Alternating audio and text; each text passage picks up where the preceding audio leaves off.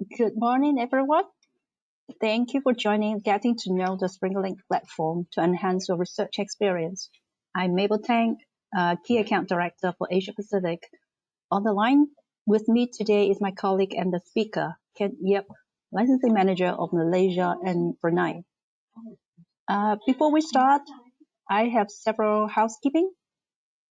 Everyone is muted during the whole section to avoid any background noise, so as to achieve the best audio effect and for recording purpose. So if you have any question, please type in the question box on the control panel on your right-hand side, and the speaker will answer at the end of the presentation. So please make sure your audio is properly set. You can check it under audio also on the control panel. Choose either computer audio or phone.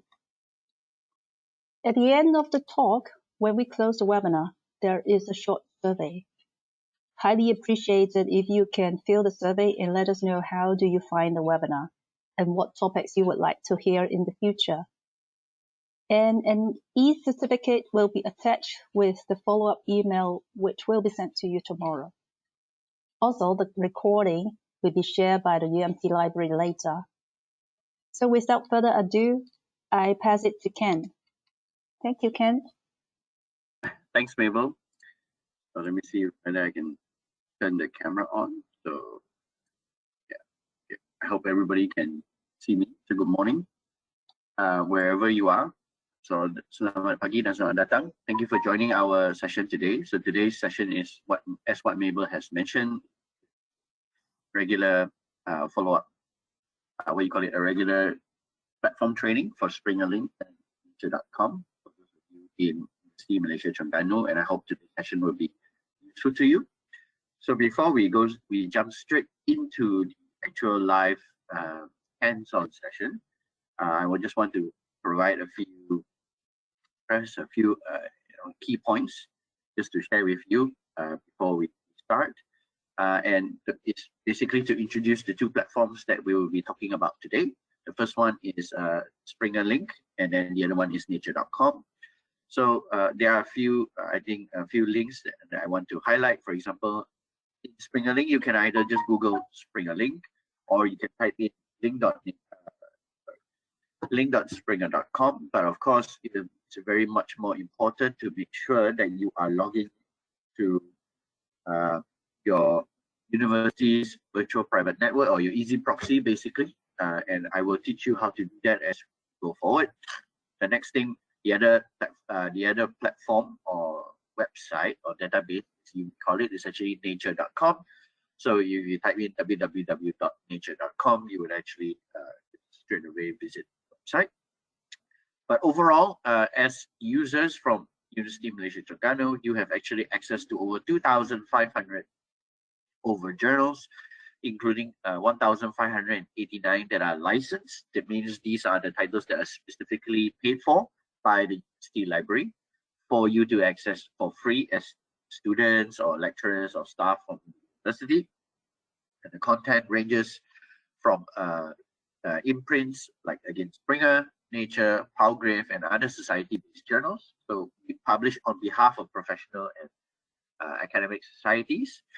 And the content ranges from current year, 2021, all the way as old as 1997, whichever is available. So, some journals are not published as old as that, but if they are, they should be available up to that year. On top of that, there is also 53,000 Springer Ebooks. So these are books that are, for example, textbooks, encyclopedias, reference titles, monographs, research titles, and etc. that have been brought to you by your library as well. And these are all 53,000 plus from various subject areas, including the sciences and social sciences, and you can see some of the specific subjects that I have listed at the last line below. But we'll get to actually go and see this more specifically once we jump into the platform itself. But overall, I would say as a collection, the whole is a very comprehensive collection. One of the largest collections in Malaysia, I would say so. So as users from UMT, I think you should be very well versed. Sorry, what I mean is you should have plenty of access to a lot of content found on SpringerLink as compared to maybe some other people from different universities. So I think it's a great privilege and opportunity to be able to take advantage of the various kinds of resources that I will touch on after this moving forward. So from here, let's jump straight into the platforms themselves. And I think the first thing I would like to highlight is actually the Umt Library Portal. So I think this is a very important first step to make sure that everybody is on track, and so that whenever you access the content online, both databases, you are making sure that you won't encounter any problems, for example, a paywall or a missing link or etc. And I'll teach you how to do that from here. So to go there, obviously you can just Google psnz.umt, and then you can just Google University Malaysia General Library, and you should be familiar with this website itself. So this is a home page. Scroll slightly down and you will see a page on key resources over here. Click on it.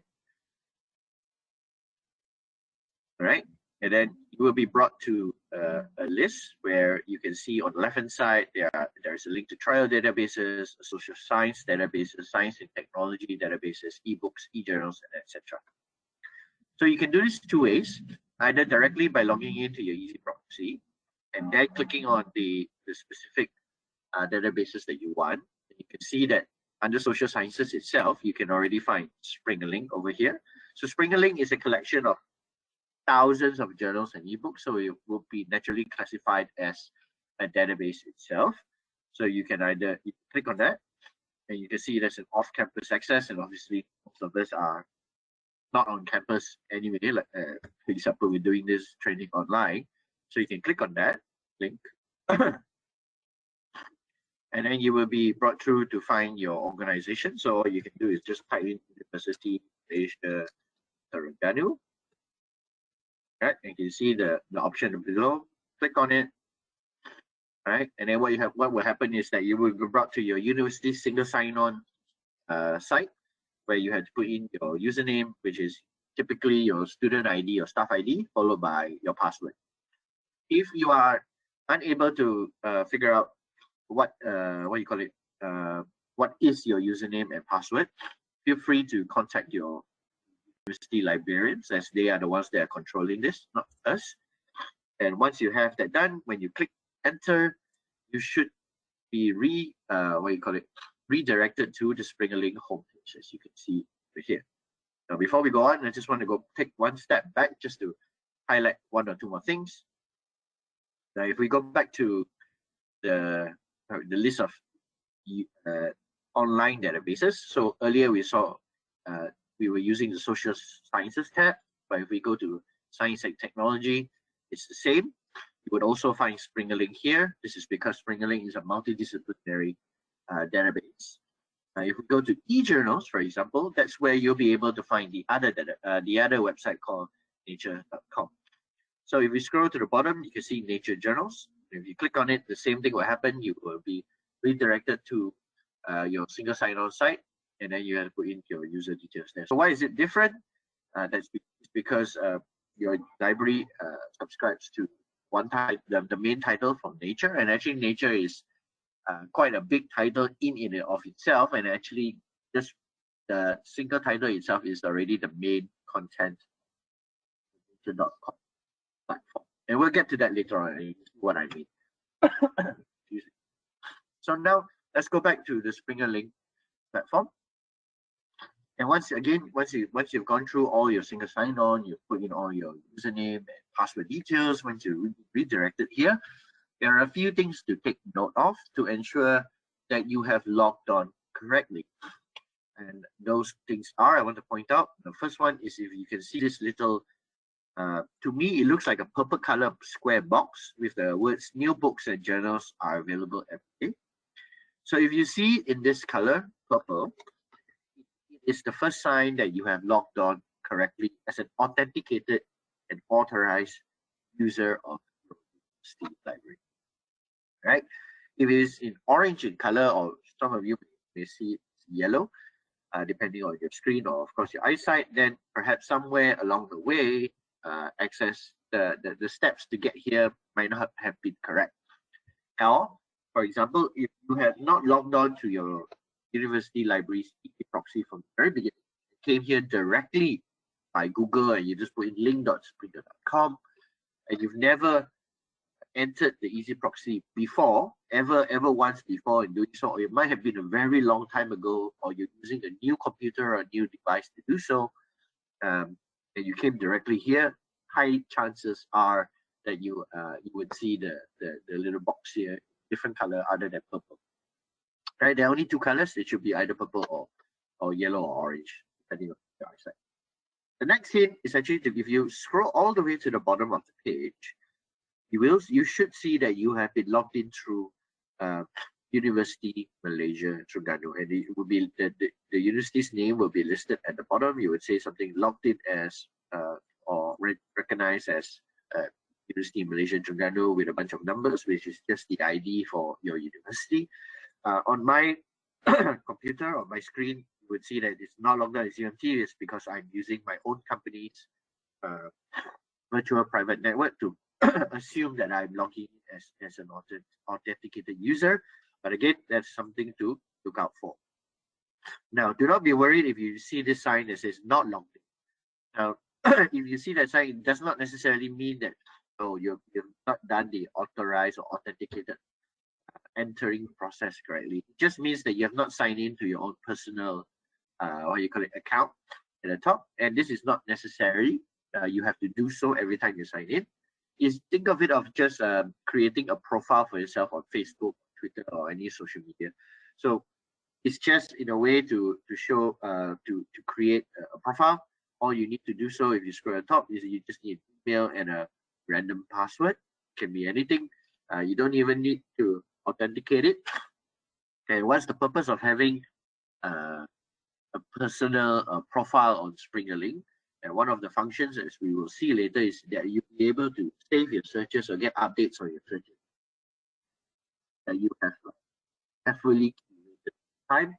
And I can go ahead and maybe log into my one first. Sorry, with my password correctly. Yeah, okay. So once you put in your preferred email address that you want to use and also your password, and you log in, you can see it's now logged in as myself. Or if you logged in, you can put in whichever name profile that you want.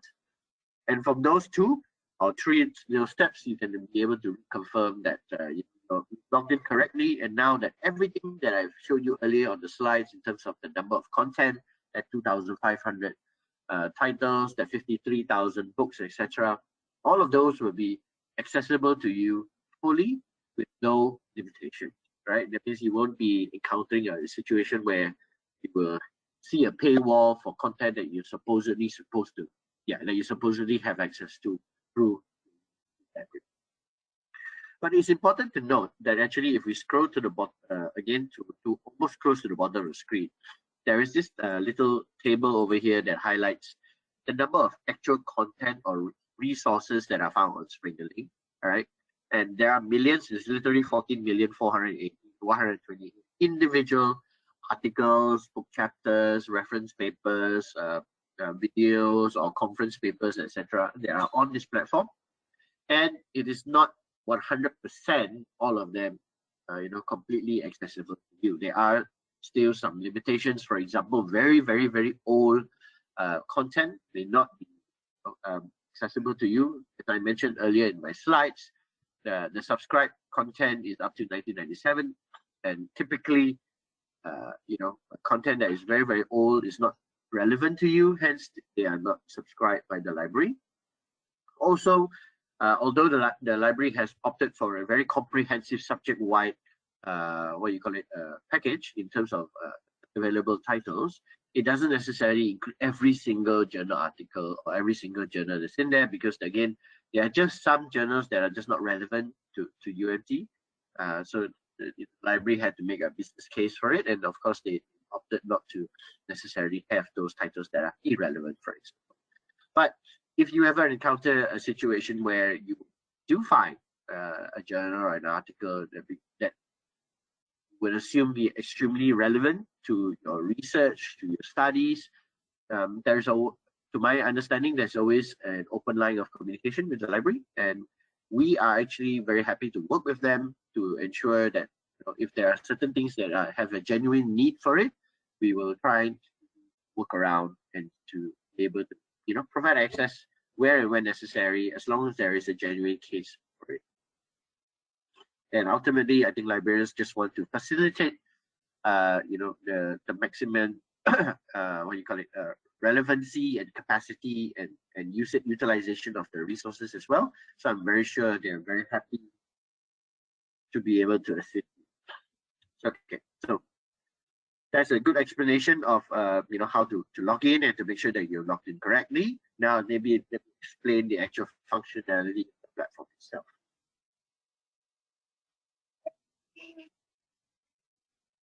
So let me begin. So on this front home page, as you can see, it's quite simple. I would say it's not as complicated or as maybe some other websites or databases you've seen before.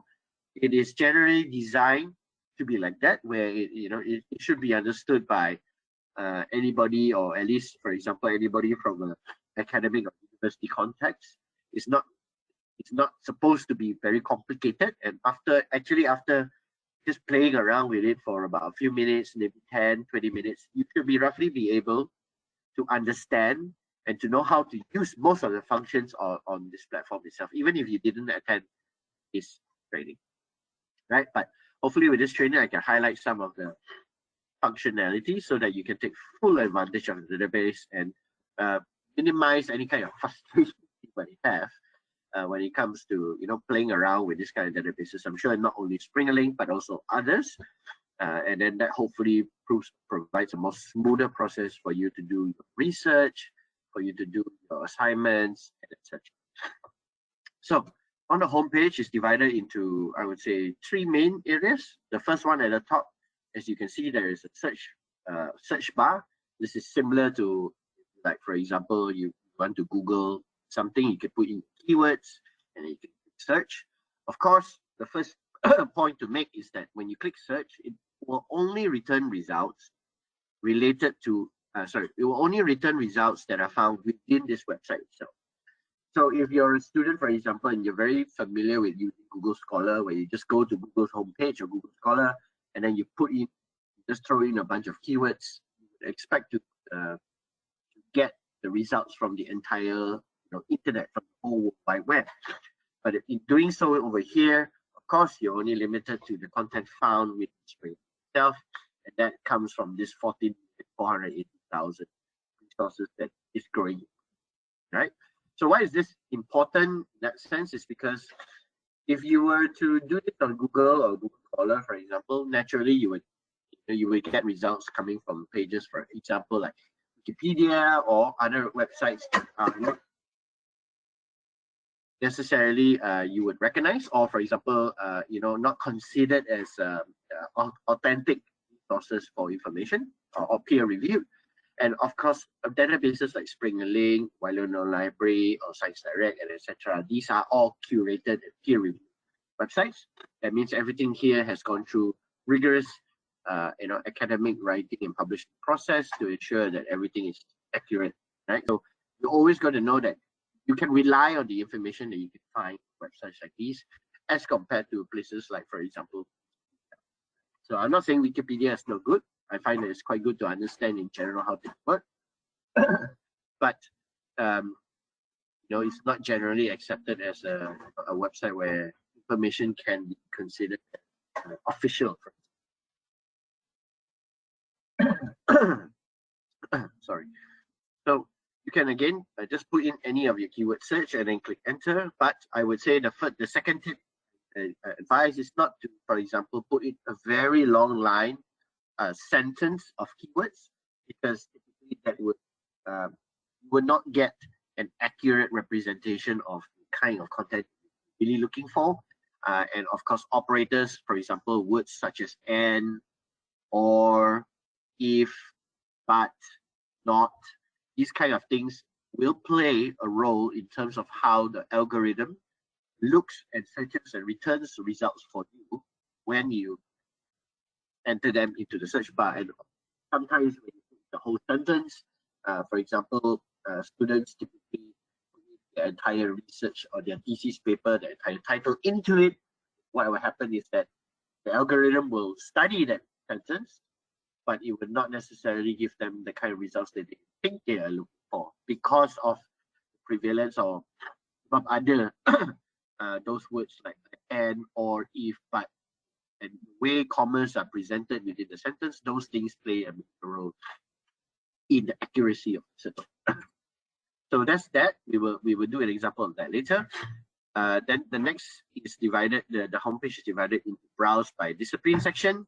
So you can see, I believe there are 21 if you count correctly. I hope it's correct.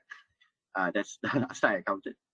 Whereby you have 21 different subject areas. But these are major disciplines. Basically, our editors or the website designer has basically categorized the content that is found on SpringerLink into these 21 major subject categories. It doesn't mean that, for example, if you don't see the subject area that you are looking for, it doesn't mean it doesn't exist within SpringerLink itself. Again, these are major subject categories. There are sub-subject categories. The differentiation or the understanding of what, for example, let's say architecture or building environment, right? These are classification of these varies differently between one person's comprehension and another, so that if it may not necessarily be seen here as architecture, but you can find the content under, for example, engineering or the environment. So not to worry if you don't, again, not to worry if you don't necessarily see it here. You will be able to do further filtering once you have tried to look for certain types of content, and I will show you that how to do that. And then the last part is the main, the middle or the middle right-hand side of the page, where you can see that there are certain links to the types of content. So you have links to journals, books, series. So series are basically a bunch of books. They are written by either, for example, same author about a particular topic, and he has a range of these books, right? So it's 1, 2, 3, 4, and 5, etc. Or they are a curated set of books talking about a certain subject area, but from various authors, for example. So, but they're all related, hence were placed in the next is protocols. So protocols are the easiest way that I can explain it is that if you are, for example, from the science background, you have some experience of doing some work in a wet lab, for example. So imagine a chemist adding chemical A to chemical B using reagent C at temperature D for F time, etc., etc. Right? So just step by step how to do certain experiment, particularly in the areas of life sciences and chemistry, microbiology, etc. Those will be found and categorized as protocols. The next is reference works. So reference works are typically, if you remember the last time you went to the library, I hope it's not been too long for everyone, but where if you remember going to the library, you see these huge books called encyclopedias or reference works, sometimes they're called, and they usually have more than one actual physical book to make up the entire title. So it could be, for example, an encyclopedia from alphabets A to D and C to D, and it would usually take up the entire row of titles on the shelf. So these are reference works, and the great thing about a digital or virtual reference works like you can see on database like Springer is that typically they can be updated live. That means every time a new discovery or a new addition is found, they will be updated to the online version. You can get the latest, latest findings, the latest information about a particular subject or topic. The last one is proceedings. So proceedings is a slightly curious, slightly different or special when it comes to SpringerLink. Proceedings are, as the name suggests, these are conference papers, basically. So if you have attended a conference before and you submitted a manuscript or presentation or presented a paper at a conference, and that paper gets published. In SpringerLink, those things are published as a proceeding itself. But when you when you look at it on the platform, it looks like a book. It looks like an ebook. Again, the real content in itself of the proceeding itself is a conference manuscript that has been submitted by someone who attended a conference and presented a paper there, and that it then be translated into and published as a conference proceeding. All right. Then continuing on, the things at the bottom, you can see there are a few front pages or front covers of books and journals. So these are not necessarily very important, but what they are is that they are randomized selected titles that the platform tries to present to you as maybe, for example, oh, you might be interested in reading these titles, and they change every time you come back or every time you spend some time on SpringerLink itself. This is because on SpringerLink, there are certain, wouldn't call it artificial intelligence, but basically software that basically tracks your history and your preference towards content. So, for example, if you spend a lot of time researching on engineering type topics, right? What will happen is the next time you come back to the homepage, the featured journals list, the featured book list will try to present to you titles that you had been reading about earlier, also content that are related to what you've been reading about in the past. So in a sense, it tries to understand what you like, what you've been reading a lot about, where you've been spending a lot of your time on the platform, and then suggest to you is that, oh, you read title A last time you were here.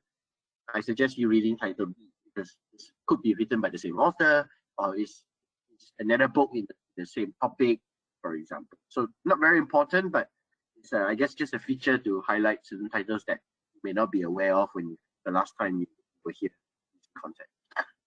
All right. So as you find, there are 3 ways to look for content in general. Put in your keywords, look for information based on specifically what you're looking for, or you can browse by discipline, or you can browse by type of research. So most people, students or users, typically what they would do is they would just put in straight away a keyword. Again, I suggest don't put in an entire sentence, right? So what will happen is we suggest you to use maybe 2, 3, maximum 5 keywords to try and get a good understanding of what's available on the platform first, and then try to filter down what you're looking for. So maybe nowadays, things like COVID-19, that's very important. Let's try and use that first. Just type in COVID-19, click enter, and obviously COVID-19 and COVID-19 only without the dash makes a difference. So again, you have to play around with that. Right, you can see the results are slightly different. Right, you can also try adding how you say other more specific terms. So for example, if I use the inverted commas, then I put N, then I put Malaysia, inverted commas, right? Then I will narrow down my search results to having the term COVID-19, and on top of that, the term Malaysia within the resource itself, right? And as you add more and more keywords into your search, as long as it's not ridiculous and have too many of them, what you would tend to see is you would narrow down your results more and more. The idea is to slowly do that, for example, and play around with the operators. So maybe I can put Thailand, for example, right? So what happens is you can see what I'm searching for is now COVID-19 and Malaysia or Thailand. So the results went from, if you remember, 62,000, and then I put Malaysia limited to 2,422. And then when I added all Thailand, what happens then is that the results now increase to 150,000. So as you can see, when you play around with the operators, the use of or, and, but, etc., these kind of things, right? It makes a difference on the kind of results that you return. Again, to just emphasize this again, imagine putting in an entire sentence without making sure that you simplify it to only the keywords. What would tend to happen is you would get a ridiculously large number of results, and that's not a very efficient way of making sure that you spend your limited time that normally a student or researcher has in doing literature review. I would imagine you won't have enough time to read 150,639 articles or book chapters. So just maybe going back to the simpler result, using COVID-19 in Malaysia, the next step to do is once you are settled on your keywords, that you are happy with them, is to uncheck this box that says include preview content, right? When you do that, what happens is that it will eliminate from your from your results pane at the bottom, and only give you content that you have 100% full text available for you to view and to download. Now, you may have noticed that when I uncheck, or if I check mine, the number doesn't change. This is because, again, I'm using my company's login, so naturally I have access to 100% of the content. But if you have logged in through your university's proxy, right, this number ought to drop slightly, usually in most cases. Again, it depends on what you have searched for, right? So again, the tip, uncheck that box to make sure that everything, once you do that, everything else that is still on the results page is 100% accessible to you. You will not face an issue with a paywall. The next step to narrow down your research, your results further,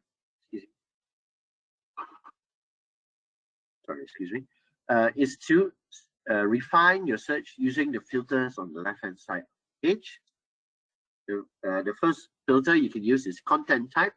So if you're only looking, for example, for journal content, right, you can either filter as journal articles, or if you're looking for a specific journal name, right, there should be a filter here that says journals and how many journals that includes that keyword in the name of the journal itself.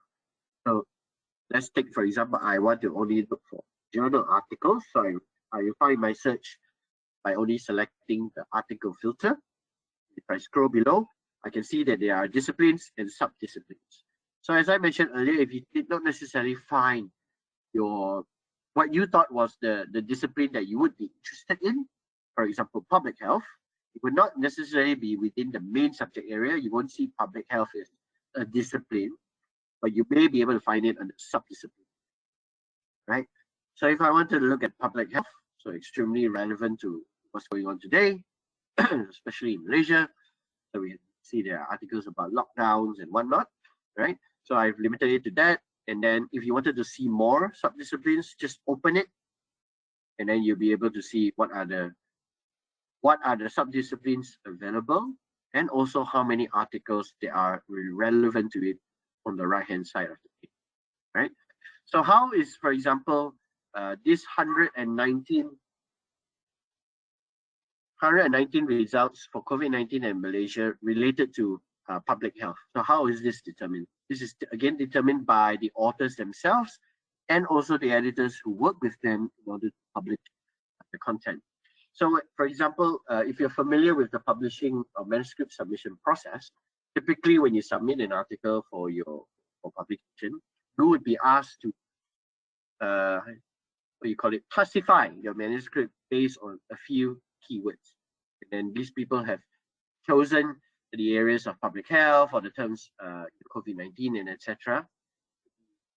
What it classifies the manuscript itself, and hence this is how we're able to use the algorithm to search to refine these 190 results. So once you've done all that, I'll just remove the one German article over there, and now I'm left with 180. This is a much more reasonable and manageable number, and that's very important again in terms of time management, especially when you're doing literature. Typically, I think in most best cases or best practices scenario, you don't want to spend time, for example, a few minutes. 1 second, sorry, just excuse me.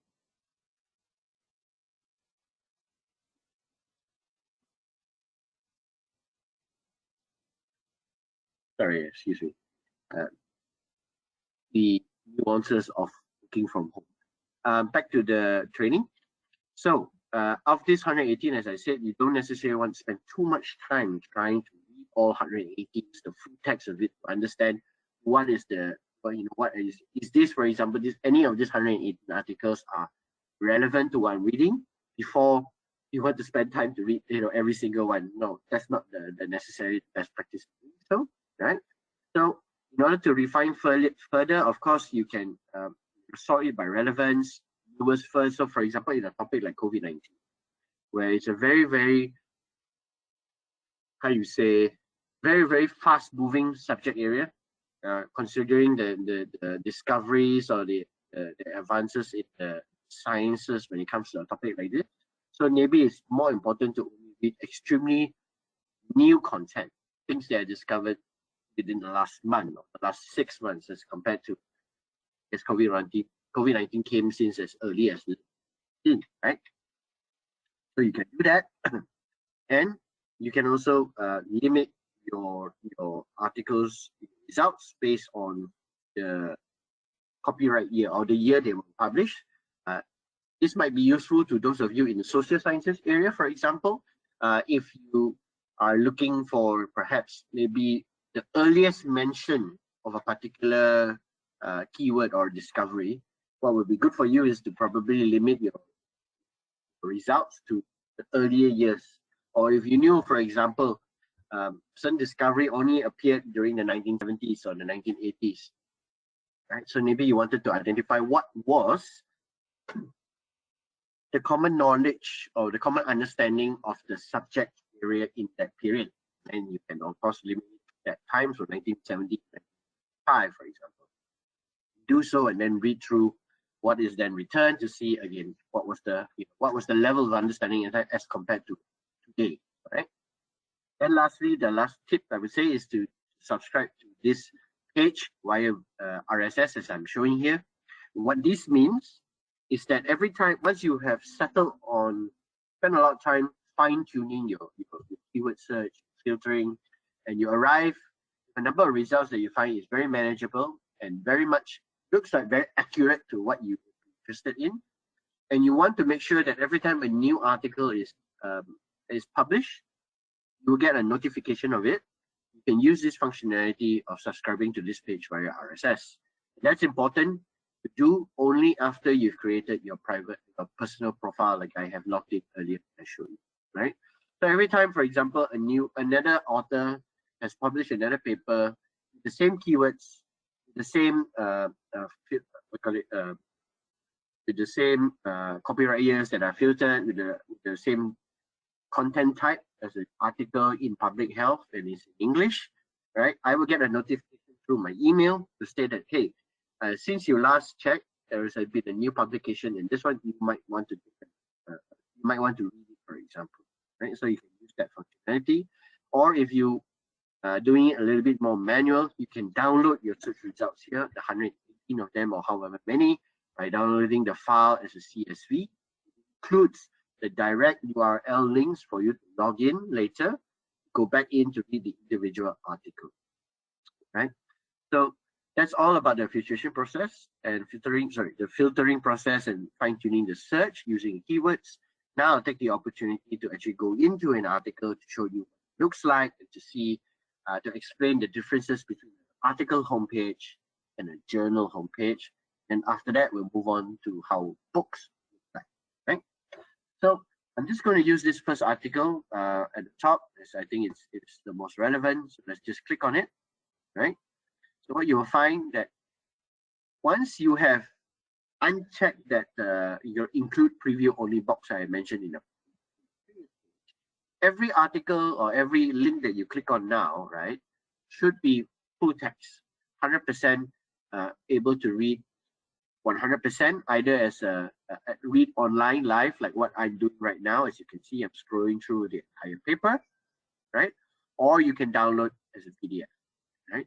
So if you've not done so, what might happen, for example, is that you might encounter a paywall where you might only be able to read the abstract, and then the rest of the paper is hidden behind a paywall, right? You sometimes can also see a little padlock sign in the top side next to the title of the article.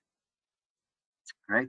So there are two forms, as I said. So there's a live version where you can read like this. So one advantage of reading it live on the platform directly is that the website tries to adapt the reading advantages or the method of reading it on your device based on the device that you're using.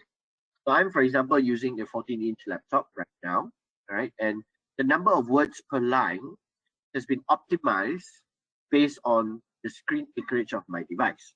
If I were to be doing this using, for example, my handphone, the number of words would then be, for example, might be shrink to 5 words per line. This helps with the overall reading experience, just to make sure you're not ending up zooming in, zooming out, squinting your eyes, making it very tiresome to read. It also helps to optimize images that if they are found within the article itself. There isn't one in this particular article, but there is a table. So for example, if you imagine reading this table on your mobile device or a smaller tablet, it will be readjusted in a way that is easier to read based on, again, the type of size of the screen that you have, right? So for my laptop, be able to expand it larger, have the spacing between columns in this way, so it's just much more easy. So that's one of the advantages of reading the content online. There are also, of course, things like, for example, functionality where the links within the article itself are all live, right? You can click on it, you can be redirected, etc. At the top, you can see that there are the names of the authors, and there's one name with a small envelope sign. You can see that this is the corresponding author. It represents the corresponding author. Click on it, it will have the email address of the author itself in case, for example, you wanted to ask a question, clarification, or ask permission from the author in order to use his results, or maybe start a collaboration. Right? So the name, as you can see, this is the big one with the biggest font. It's the name of the article. This article was published on the 13th of April, so very, very recent paper, only 2 months old. The name of the authors, as I mentioned. This is Sustainability Science is the journal that this particular article is published in. So I'm sure most are familiar, but I'm just going to, for clarity. So an article is an individual paper that is published in an individual journal. So a journal is a periodical publication, meaning that in a calendar year, for example, it publishes 4 issues in that year, and within those issues there are X number of articles, and there can be like 50 articles in one issue, and published once every 3 months, for example. So for, I guess, primarily if you're a student, you're not familiar with the differences. Some people use the term journal, some people use the term article. That is how you differentiate both, right? They both are, they both have articles inside of them. It's just that an article sits inside a journal, as opposed a journal sits inside an article. This is the ISBN of the journal, and there are functionalities to it as well. So, for example, you can see the cite this article link. You click on it, you'll be redirected to the bottom of the page where you can download the citation. For example, you can upload this file into any of your reference managers. So, for example, if you're using Mendeley, ReadCube, Microsoft EndNote, and etc., you can just upload this file into there, and the automation of the citation process can be done for you rather than manually typing it yourself. Scrolling back to the top, the article is arranged in a way, again, as usual. Usually you start with the abstract and then either background introduction, and the entire flow, the structure of the article itself is seen on the right hand side. So this is a quick pane where you can jump through the different sections of the paper to read it very quickly. So again, if you're trying to just glance through what this article is all about, normally you read the abstract, sometimes you go straight to the conclusions, and then maybe you see the references to see what other papers this paper is referencing, so that you can come in to the next. You can follow the process flow of the discovery of this particular subject area from there, right? So it takes time, but through technology, it just gives you, it just speeds up the process a little bit further. And then if you want the references itself, again, the links provided the references are live, so you can be redirected to the next paper or the paper that this particular article is referenced immediately. Doesn't matter if it's within SpringerLink or outside of SpringerLink. It could be in another database, it could be another book, etc. Access to that content, however, is determined on your library itself. So, example, if it's in a database, if the article that you want to link to is not from a database that is subscribed by your library, then you may not necessarily have the full text of it when you click to it over there, right? Then I guess the last most important thing to point out is obviously to download a copy in PDF, right? So if you just click on it, depending on the browser that you're using, either then gives you a preview like it is over here, and then you have to manually click download, or it automatically downloads into your hard drive, right, as a PDF. So why PDF?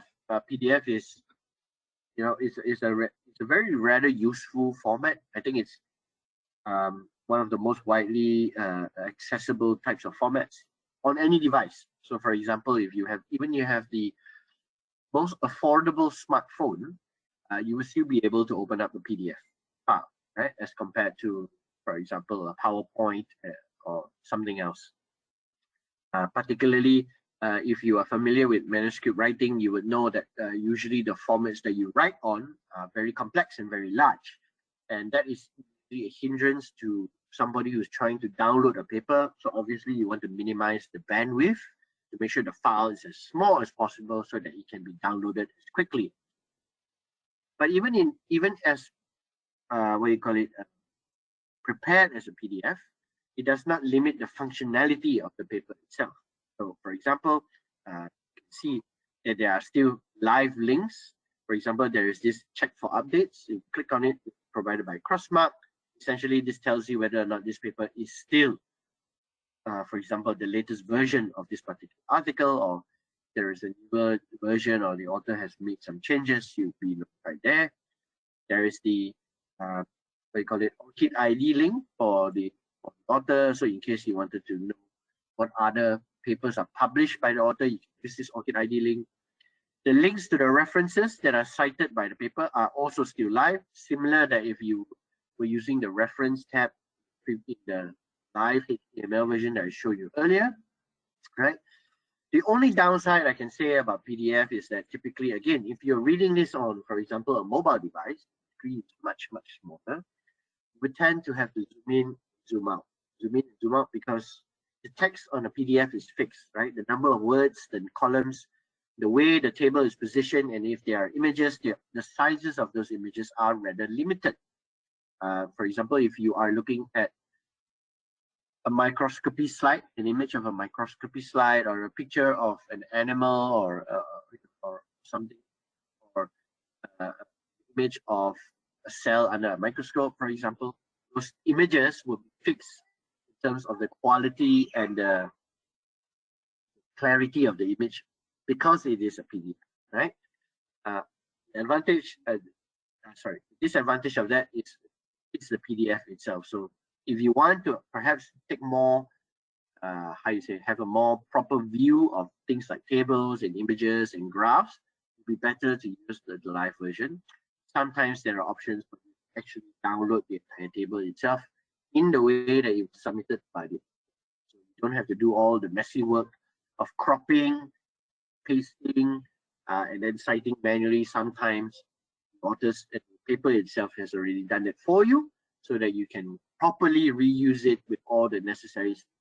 These are very helpful stuff for students, especially if you want to use the results of this paper, for example, for their assignment, so that everything is done properly. There's no plagiarism involved. Everything is properly cited, etc., etc. Right. So you can download this as many times as you want, as long as you're an authorized user from the university.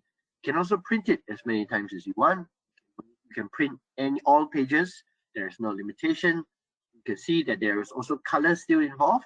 Again, if there are images on this PDF, they will still be color that they were naturally presented or submitted from. And these are all, again, the privileges provided to you by the library because these are subscribed content. Okay? Going back, lastly, I want to point out is if we scroll all the way to the bottom again, you see there is this link called Share This Article.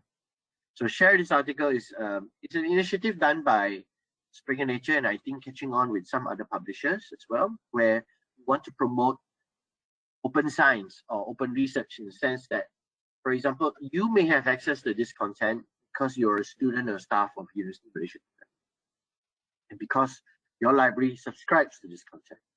But for example, if you had a collaborator or a friend who may be also interested in this content for the right reasons, not for plagiarism or piracy, of course, but if they wanted to read the article as well, and because you wanted to have a discussion about this article, if they didn't have access to it, it would be a very difficult process.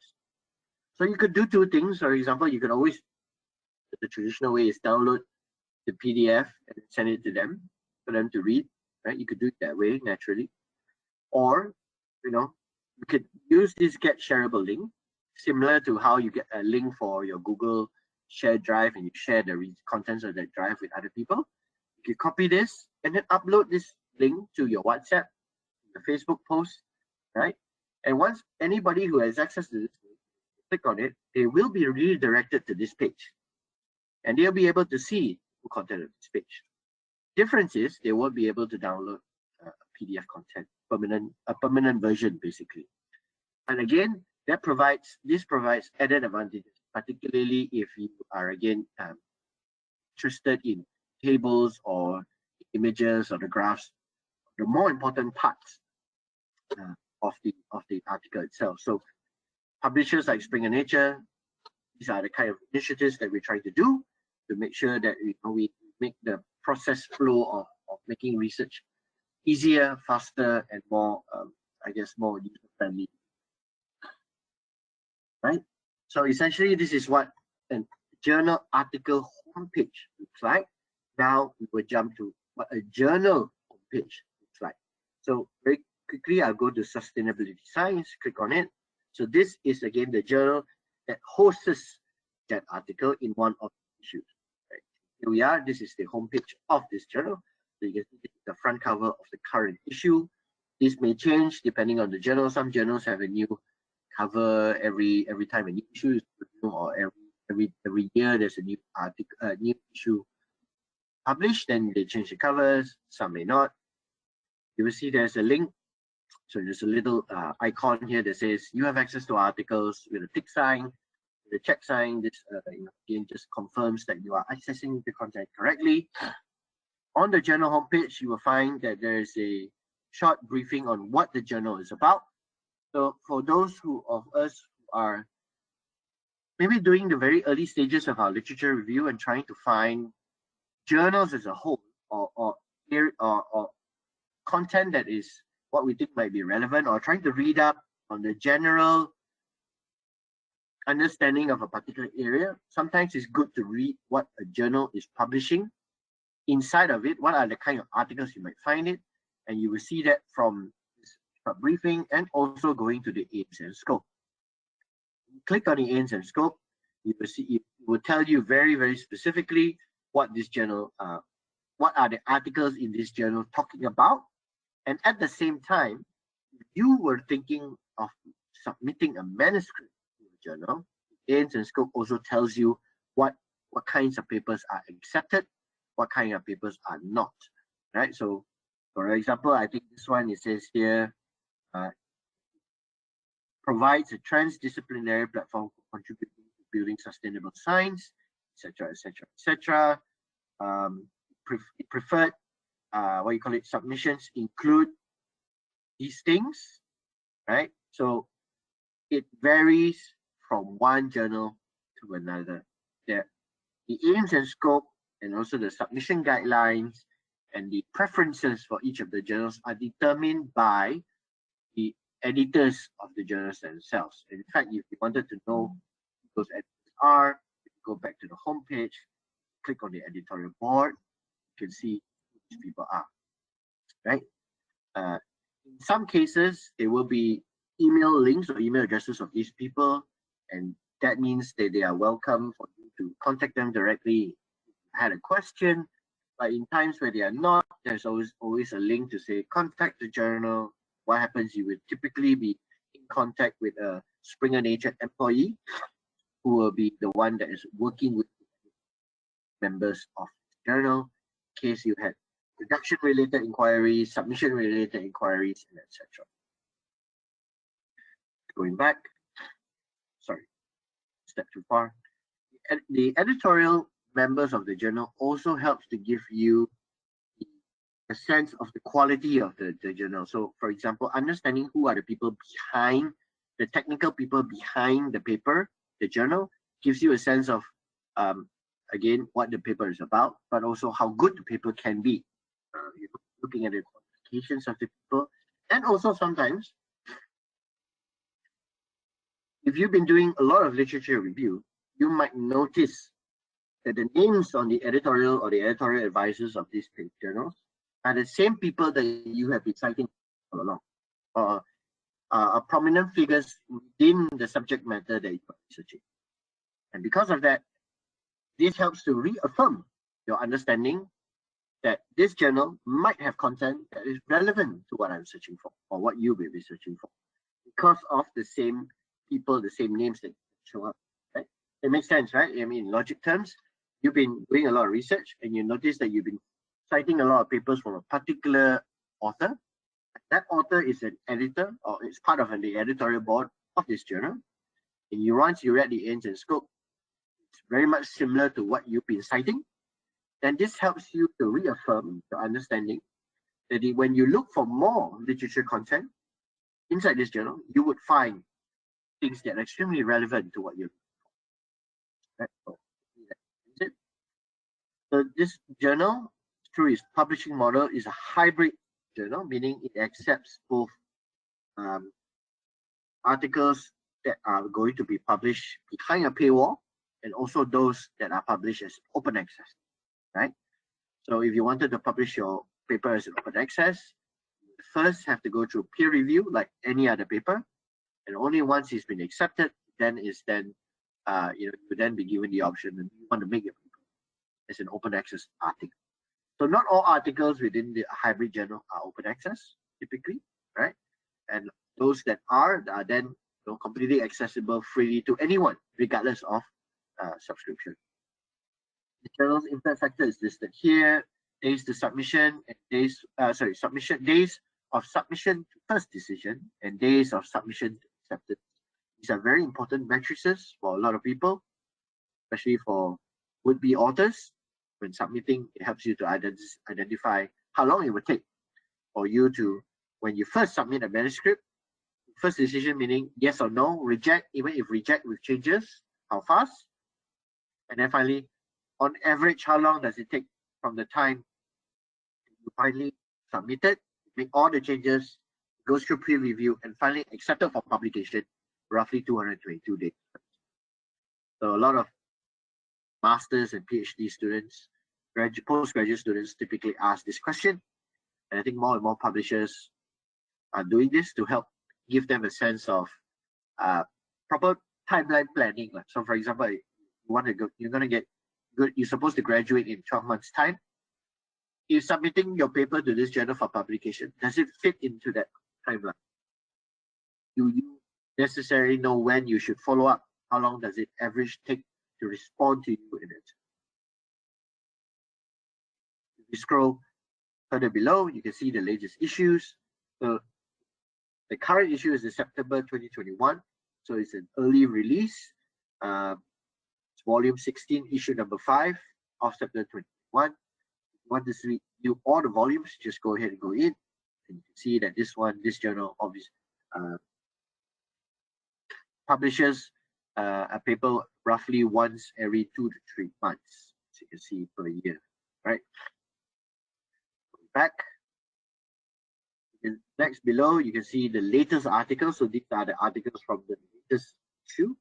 And I think from here you can see the differences where most of the papers that are published as open access, you will see a sign that says this is an open access. Those that aren't will not have this sign. So even if you were searching, if you came across this journal, but let's say, for example, this journal was not subscribed by your library, you'll still be able to view the full text and also download a copy of this article because this is an open access paper.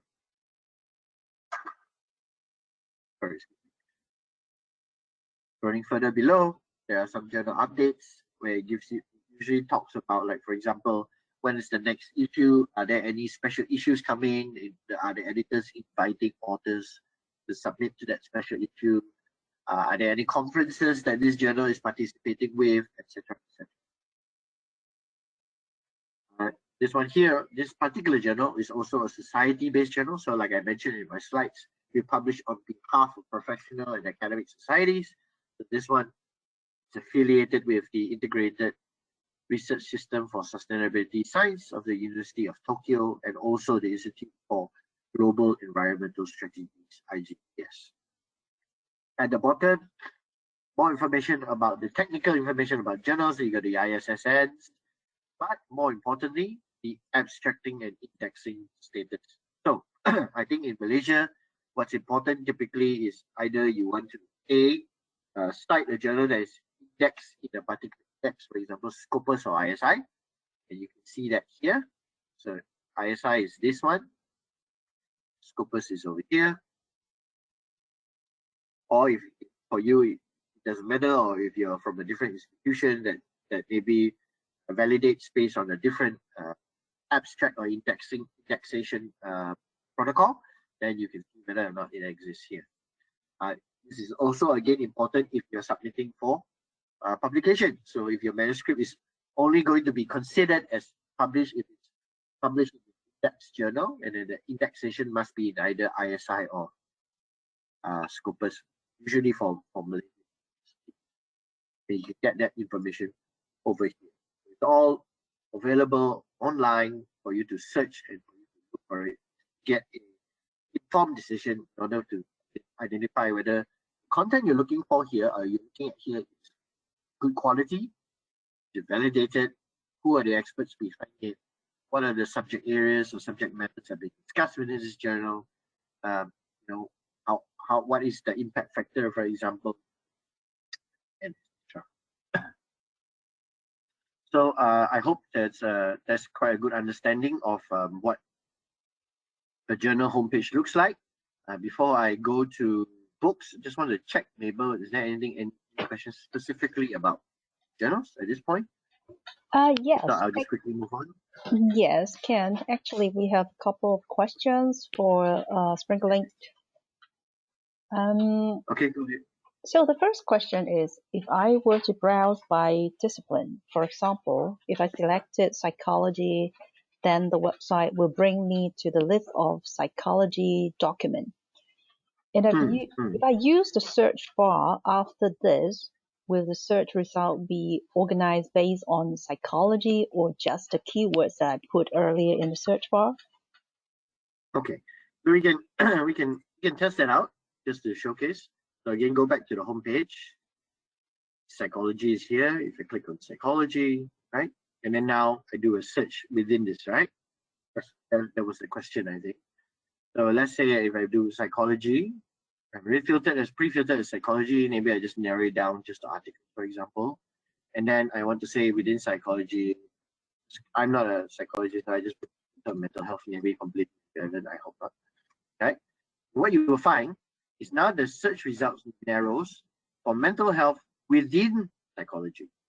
So to answer that question, the answer is yes. When you do a pre-search using the subject matter first, and then you include a keyword search at the top using the search bar at the top, it will then narrow that information based on predefined filters. So it works both ways, right? In the first example I showed earlier, we used the keyword term first, then I narrow it to the discipline or subdiscipline. In this example, we did it the other way around. We narrow it based on discipline first, and then we applied what do you call it, on top of it.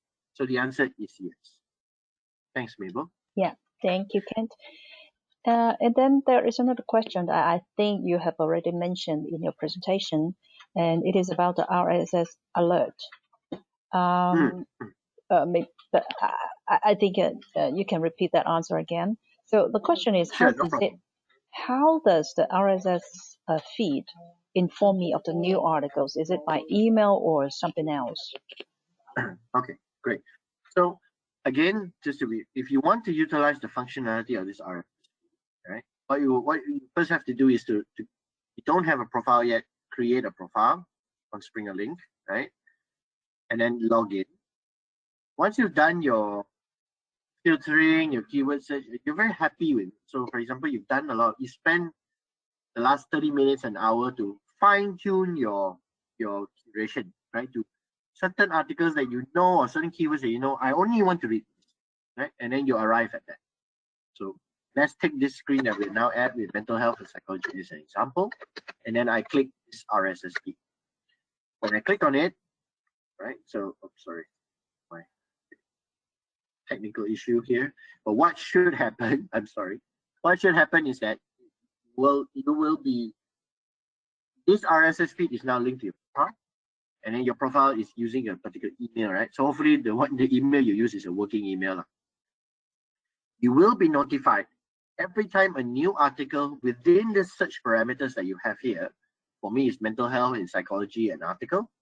So now it's 52718. If a new article comes on, it's 52719.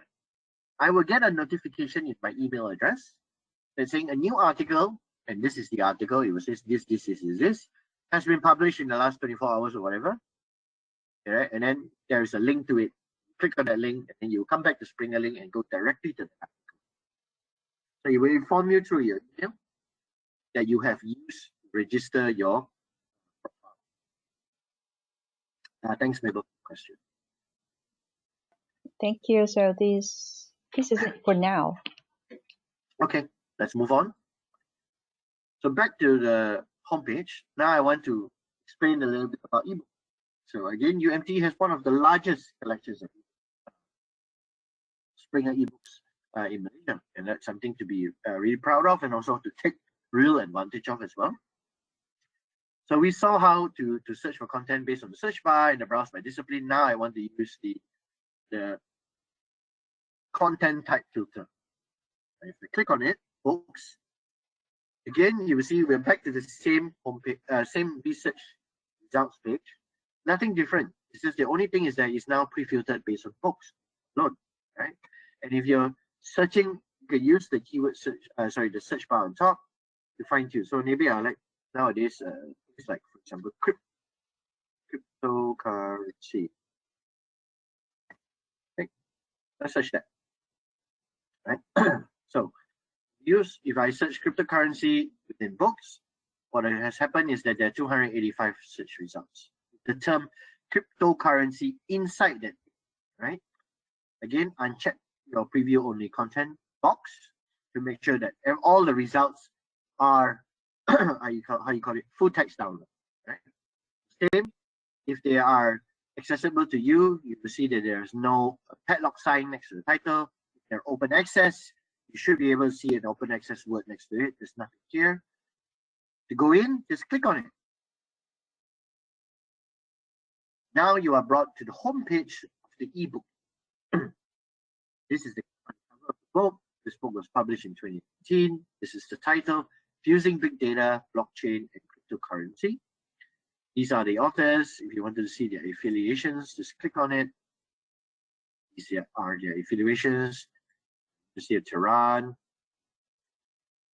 University, the Montfort University, and the London Art School. These are sometimes it provides some benefits of reading. So why is this title relevant? What's important? Who is it useful to? Some matrices, like this book has been cited 5 times, been downloaded 5,100 times. And then there is an introduction to the book. So an introduction to the book is something that normally, if you remember, if you borrowed a book from the library, for example, you will find on the back of the book, of the hardcover or the last page or really back cover of the book, there's usually the author tries to explain what this is, right? And this is exactly what you will find as the introduction book. Right? Books are slightly different than journals. As I explained earlier, journals are divided into issues. Those issues, they are individual articles. A book, like any other book, is divided into the chapters of the book. So you maybe one layer less. This book has 5 chapters, and you can actually download the entire book as one huge PDF or an EPUB. So if you're using a device like Kindle, or you're using a book reader that is using EPUB format. The EPUB format is usually, if you have bought a book from Amazon before, for example, an ebook from Amazon, they are usually in the EPUB format, not in PDF. What's the difference? If you've never seen it before, for a PDF, normally you scroll up and down, if I'm not mistaken, right? You're scrolling up and down between the pages. In EPUB, you're scrolling left and right. It flips, just like a book. So it's just the user interface is slightly different. The look and feel is slightly different. The content is exactly the same.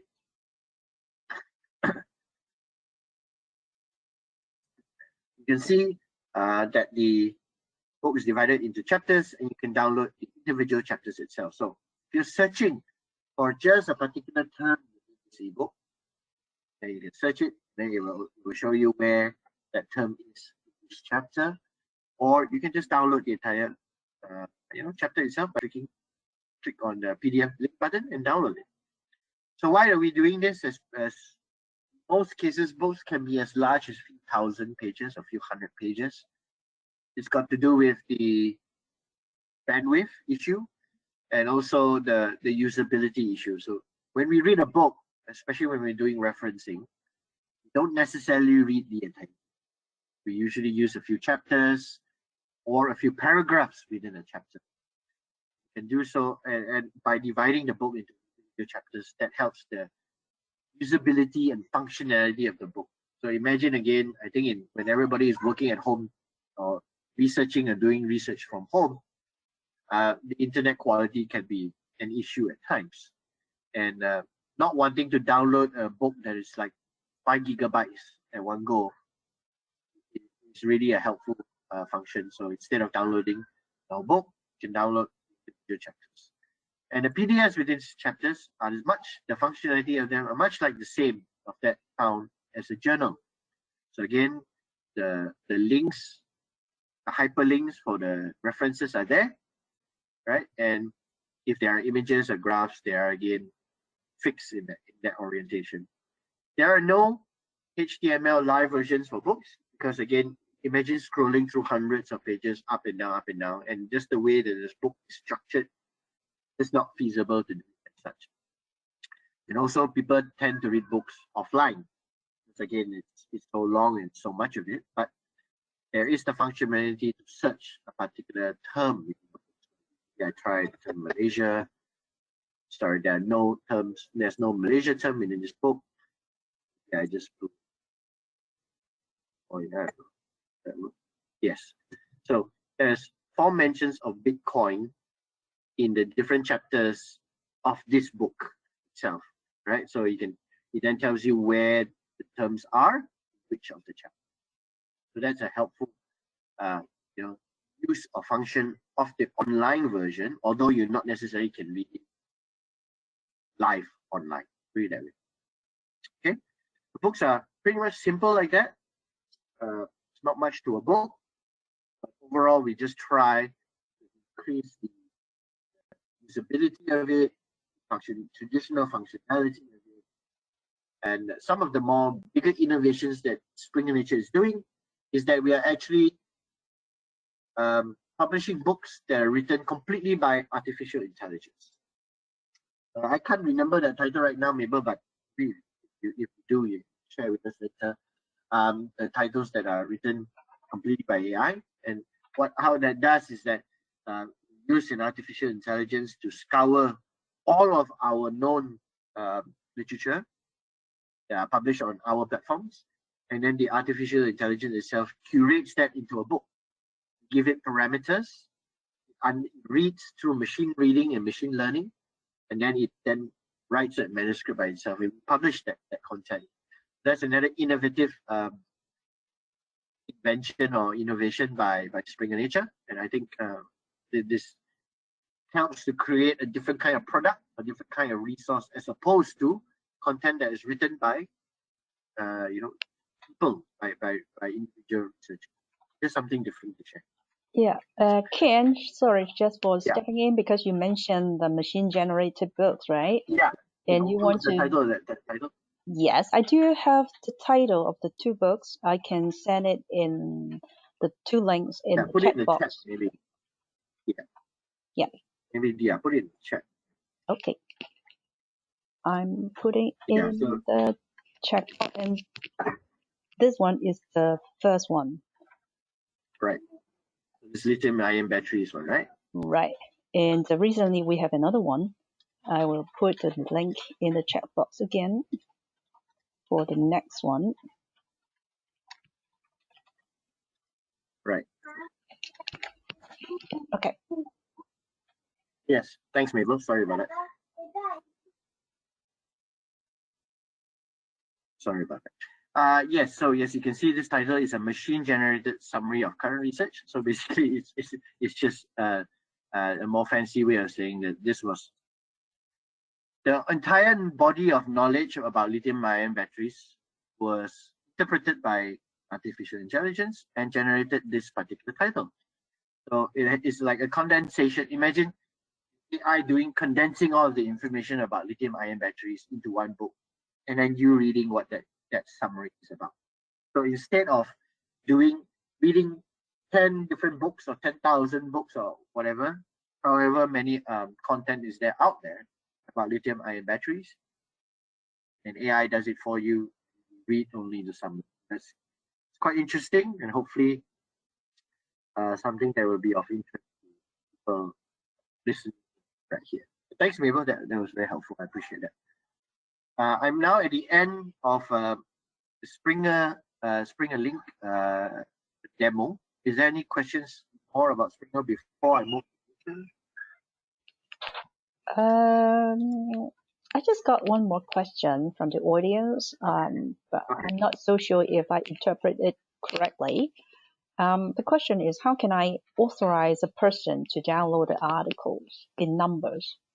Maybe I think the question is just how can I authorize someone else to download the articles?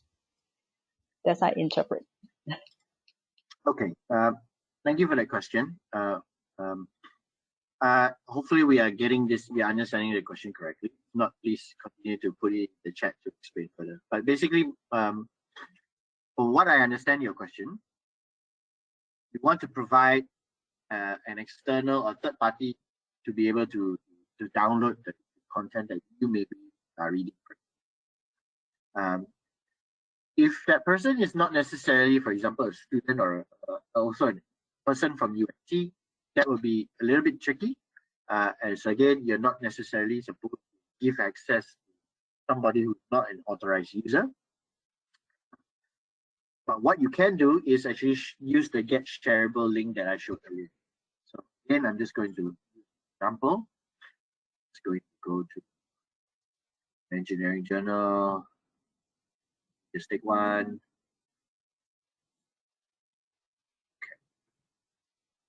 So this is an article, for example, from this journal, Engineering Journal called Structural Engineering.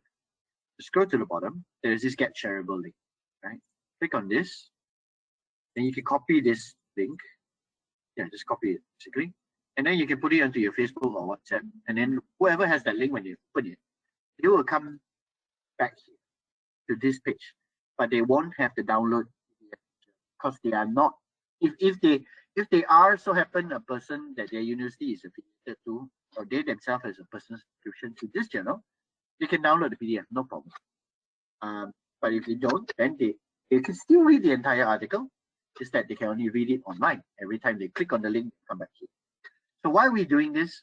Obviously, this is to prevent, number one, the abuse of piracy, number one. So we want to the library wants to make sure whoever is using it A, for the right reasons and using it correctly within the confines of the rights of do so.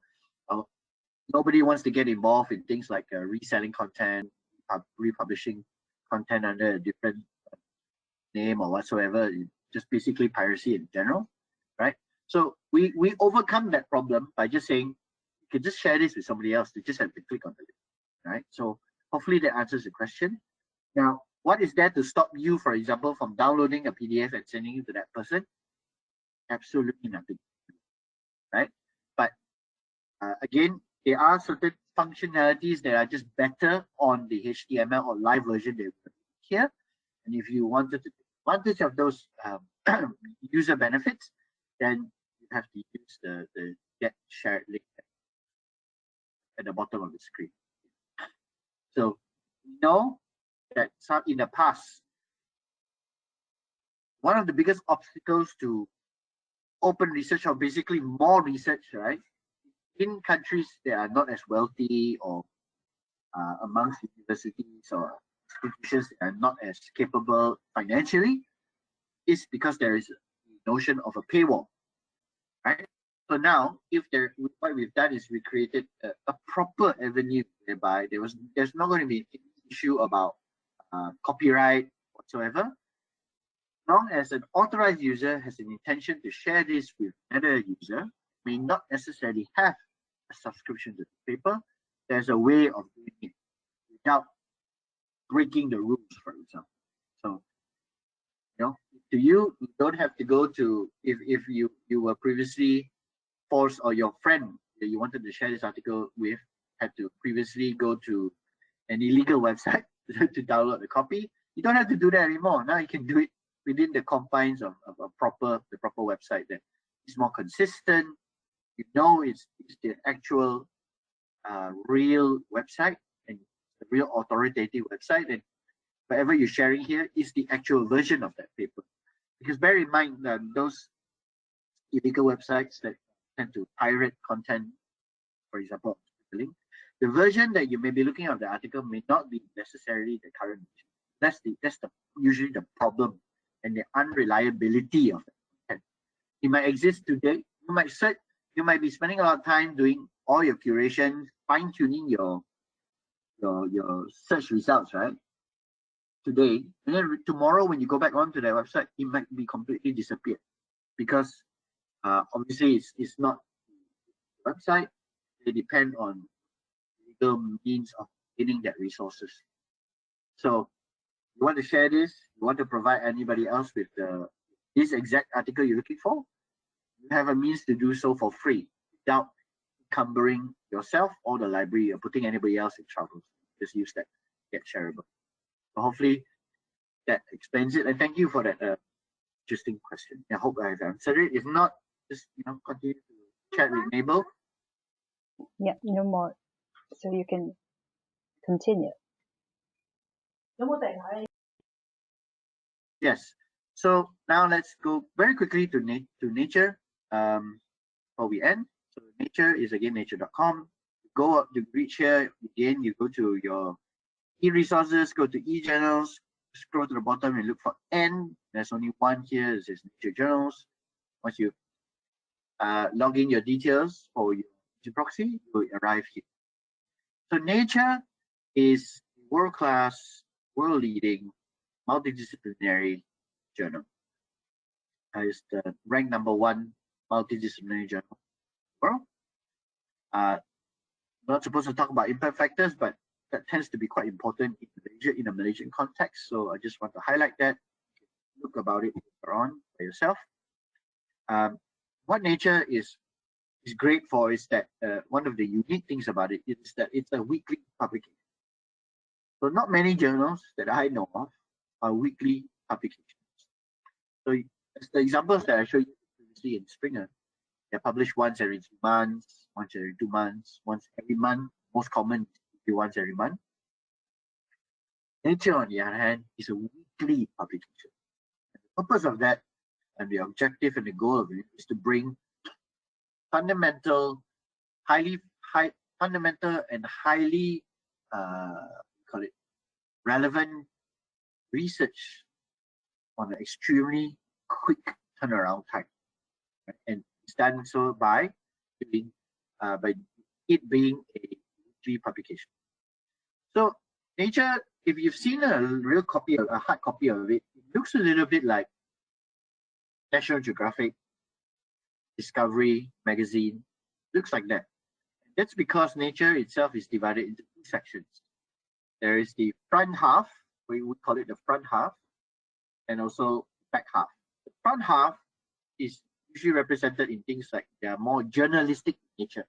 So for example, there are news articles, there are briefings, there are commentaries, there are features, much like what you would read on a newspaper or a magazine.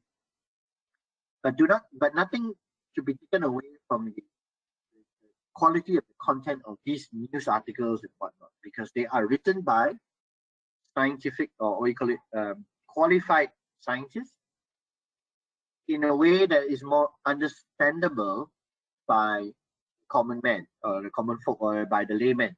Right? So not even if you're not a subject matter expert of the thing that's being discussed in that article, it's written in a way that even a normal person on the street could understand, and that is one of the also another attractive part about Nature itself. It's just interesting to, much like your Reader's Digest, your National Geographic, or your Discovery magazine. To me, the third point about Nature is that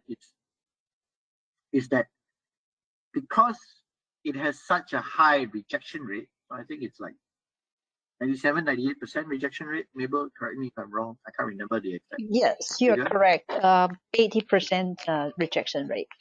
Yeah, so very, very high rejection rate. Getting submissions of the tens of thousands almost on a daily basis. Nature upholds, the Nature journal itself and the editorial people behind it uphold a standard whereby no repetitive research is ever published in it twice. So in a sense, that's not exactly the quote, but I'm trying to put it in a more understandable way. So for example, if I wrote a paper about subject matter A in this thing, very specifically about this A thing, subject A, Nature would not publish another paper which is very similar to it.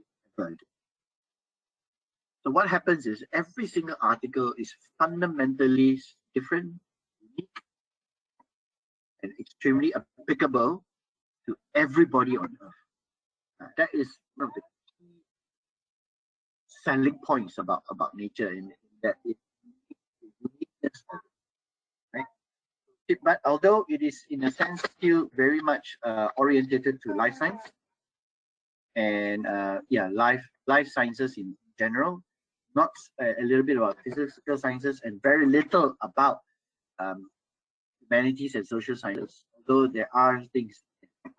But what Nature has done over the years is actually to expand its portfolio beyond the Nature journal. So the Nature journal itself is over 151 years old this year. Since then, new launches have included the launch of different journals that cater to the other subject areas. So as you can see, I think as of this year, there are over 108 journals on the Nature portfolio, including Nature itself. They include the likes of the academic journals. So academic in the sense that the name is called academic journals, not the terminology, and also the Nature journal portfolio. So you can see Nature as the main one end here, but there are so many other Nature branded journals that discuss specific and unique subject areas within those individual journals itself. For example, new ones like Nature Aging, Nature Human Behavior, Nature Machine Intelligence, Nature Plants. There was one about methods primers. So this is an extremely new one that has came up from COVID-19 because of the advent of COVID-19 and treatment. As you can see, although Nature itself does not necessarily cover areas of other areas that are outside of life sciences general, you can still find content related to them, other Nature branded journals. Right? So let me just go back to the Nature journal itself. Again, the top half, as you can see, is listed mostly in the news. So this one is open to anybody, even if you don't have a subscription, if I'm not mistaken, and you can read the whole article. This is not a journal article. These are articles like what you will find on a newspaper or a magazine. It's written in a way in where the language is much simpler, more common, more easy to understand, but it is still tying back to a specific journal or research article. So these people, the journalists, the scientific journalists who are writing this news, are not just simply talking about random information, but they are relating actual publications that have been published in Nature, but putting it in a way where it's more applicable to everybody else. That's it, right? So how is it in real life application, for example? So this one, an autocorrect errors in Excel still creating genomics headaches. So this article, right, ties back to an actual journal article. You can find it. Yes, should be this one. Yeah, anyway, so there are usually links in it. You read through it, usually, oh yes, sorry, here is the related article. I'm sorry. So this is an actual article that is talking about. So if you scroll towards the bottom, a little bit more in the middle, you see the news and comment section that I mentioned earlier. Then finally, once you scroll a little bit further, you actually see the actual reviews and analysis. These are the actual articles, the news, sorry, the real journal articles. So you can see also under latest research. These are the ones that you would see in a typical journal, like what we saw on Springer site. Click on it, right? If you have access, you should have access to UMT. You will see that you have, there's a sign that says you have access to this article through University Malaysia Terengganu. You can download the PDF or again read it as an HTML. The functionality of the user interface of Nature and Springer is almost the same on an article level. It's just that you will notice the homepage is a little bit different because it has to accommodate different sections of the news and the analysis and all those different things. The front half, basically. Once you get into an actual journal, it's essentially the same. Right? So similarly, if you have images, it's better to view it in full page. Right? Right? If you want to download a PDF, you can also download it.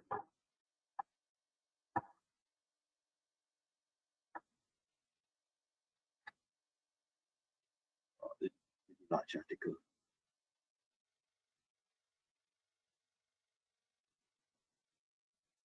Anyway, going back, right? It's the same. The functionality is exactly the same. You also have a get shareable link at the bottom. You can do the citations. You can scroll through the article through the pane on the right hand side.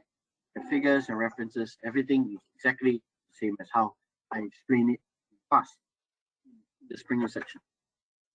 So the uniqueness here that I want to emphasize is the Nature journal itself. If you are a student, especially an undergrad student, you may find that the content on Nature, the Nature journal itself might be slightly harder to comprehend in terms of the level of difficulty in the actual journal articles itself. This is again because exceptionally high standards that are applied to manuscripts being submitted. If you are a researcher or a postgraduate student or a lecturer, for example, Nature is a good gauge for you in order to understand, for example, the level of quality that is required or that is out there in terms of achieving a tier 1 paper, for example. So if you wanted to get an understanding of what is a typical manuscript look like, what's the quality of a typical manuscript in a Q1 journal, Nature gives you that ability to make that judgment or to have that ability to see, okay, to understand what is the science behind a Q1 paper, what it takes to be published in a Q1 paper, what is the novelty level, what is the technical level within that paper, how fundamental must the findings be, and how applicable the findings must be in order to be able to publish it. Not necessarily just Nature itself, but in any top quality or rank 1 or Q1 article. So it helps to most, I would say, from a professional standpoint, it's good for researchers or lecturers or researchers in general to use Nature not only to stay up to date with science in general across the world, or what's ever happening in across any subject area or industry, but also to have an understanding of where the level of science is at this point. So that if you're aiming to upgrade yourself, you're aiming to produce better papers, to write better manuscripts, this gives you something to compare to in order for you to do a review about, for example, right? And that's basically just the uniqueness of Nature itself. It's not just a journal, but it provides so much more. And I would say a lot of old professors or people who have been in science and research for a long time, they use journals like Nature, like PLOS ONE and all those kind of mega journals, in order to have a good understanding of what is the creme de la creme, what is the best of the best. And hopefully that helps to elevate your own game when it comes to doing literature review, doing actual research and manuscript. The last point I'd like to make is that Nature is now a transformative journal. So in the past, Nature is a purely subscription or pay to view, but now because of the advent of increasing popularity and demand for open access, Nature has started to be a transformative journal, which means it's starting to accept open access publications, but with only from mandates from specific funders or institutional requirements. So that's still a general, say it's a hurdle, but it's a requirement that needs to be done in order, again, to ensure the quality of publication is still kept at that very, very high level, right? Logging into nature.com when using your SpringerLink ID and profile is not the same. It's two separate websites, so they run two separate things, unfortunately. So you have to log in again and create another profile. This is because Springer and Nature actually used to be two different entities, but merged in 2016, yes, 2015, 2016, and then both platforms are brought under the now larger umbrella group Springer Nature, which includes the other websites like Biomed Central, ADIS, Press, Palgrave, etc. So today I introduced to you, or maybe help you study back in two major platforms, the two most utilized and most popular platforms, and again, these are the ones that are prescribed by the university. So with that said, I think I'll just end my training right here, and we can go straight to Q&A if there are any. Yeah, thank you so much, Ken. And I don't see any more questions in the question box. So we will give the floor to 2 last minutes. Yeah. So if you have questions, guys, just feel free to ask.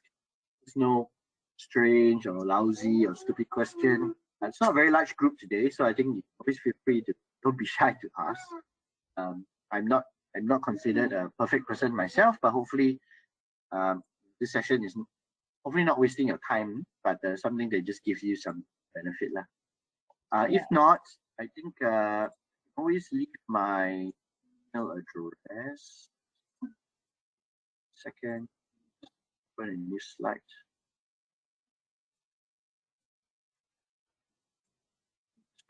Email address.